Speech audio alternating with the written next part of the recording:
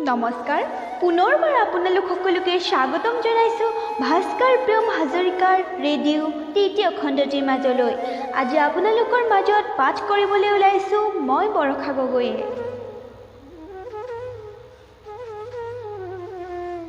পিতাৰ বাবে ৰেডিঅ'টো আছিল জীয়াই থকাৰ মাদকতা।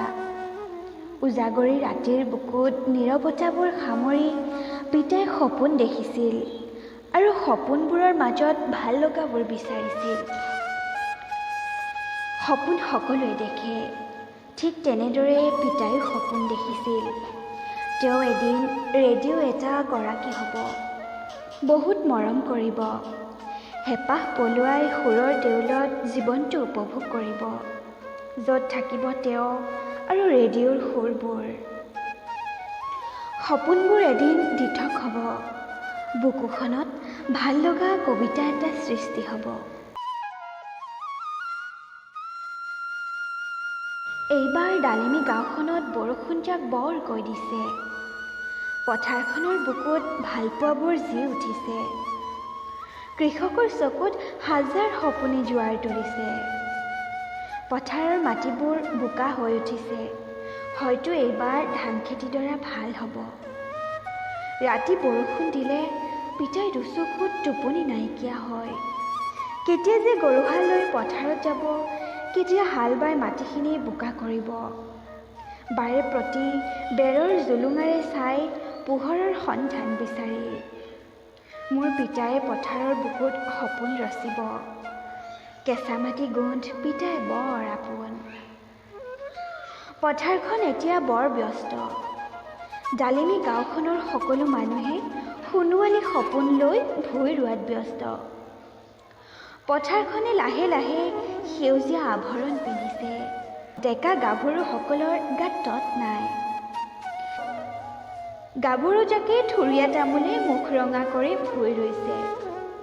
ডেকাসকলে কোৰ লৈ আলি বান্ধিছে। কোনোৱে হাল বাইছে। মুঠতে সকলো ব্যস্ত পথাৰখনক সেউজীয়া কৰাত। দুপৰীয়া কেঁচা আলিৰ ওপৰত ভৰ দি গাভৰুজাক আহে আপোনজনলৈ জলপানৰ টোপোলা এটা লৈ। ভৰ দুপৰীয়াৰ সকলোৱে জিৰণি লয়। জলপানৰ সোৱাদ বৰগছজোপাৰ তলতে বহি আটাই একেলগে লয় আৰু দূৰণিত বাজি উঠে নদীখনৰ সিপাৰৰ দদাইটি ঘৰৰ পৰা ৰেডিঅ' এটা আৱেগ ভৰা সুৰ। এয়া আকাশবাণী গুৱাহাটী। আৰম্ভ কৰিব ওলাইছোঁ গীতিমালিকা। এয়া শুনাব লৈছোঁ খগেন মহন্তদেৱৰ কণ্ঠত এটি গীত।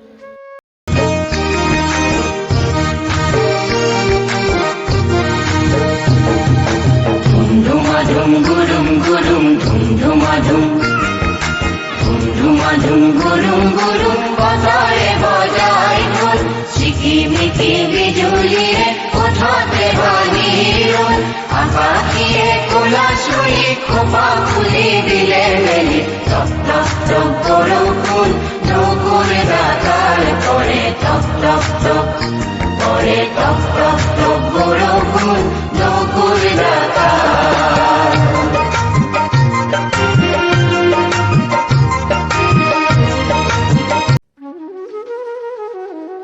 এনেদৰে ৰেডিঅ'ৰ বুকুত সুৰ এটা বাজি উঠে।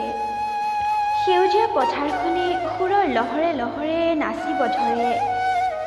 ডেকা গাভৰুজাকৰ মন কাহিনীয়ে পোন পাহৰা হয় সুৰৰ মায়া বান্ধোনত। আয়ে হাঁচতিত অনা তামোলখন পিতাই মুখত ভৰাই আইলৈ চাই ৰয়। এনেকৈ আই পিতাই মৰমবোৰ ফুৰ্তি উঠে ৰেডিঅ' সান্নিধ্যত।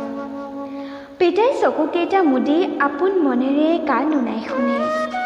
পাহৰি যায় সকলো দুখ ভাগৰ। ৰেডিঅ' সুৰত মাদকতা আছে আৰু আছে জীৱনৰ অযুত কথা।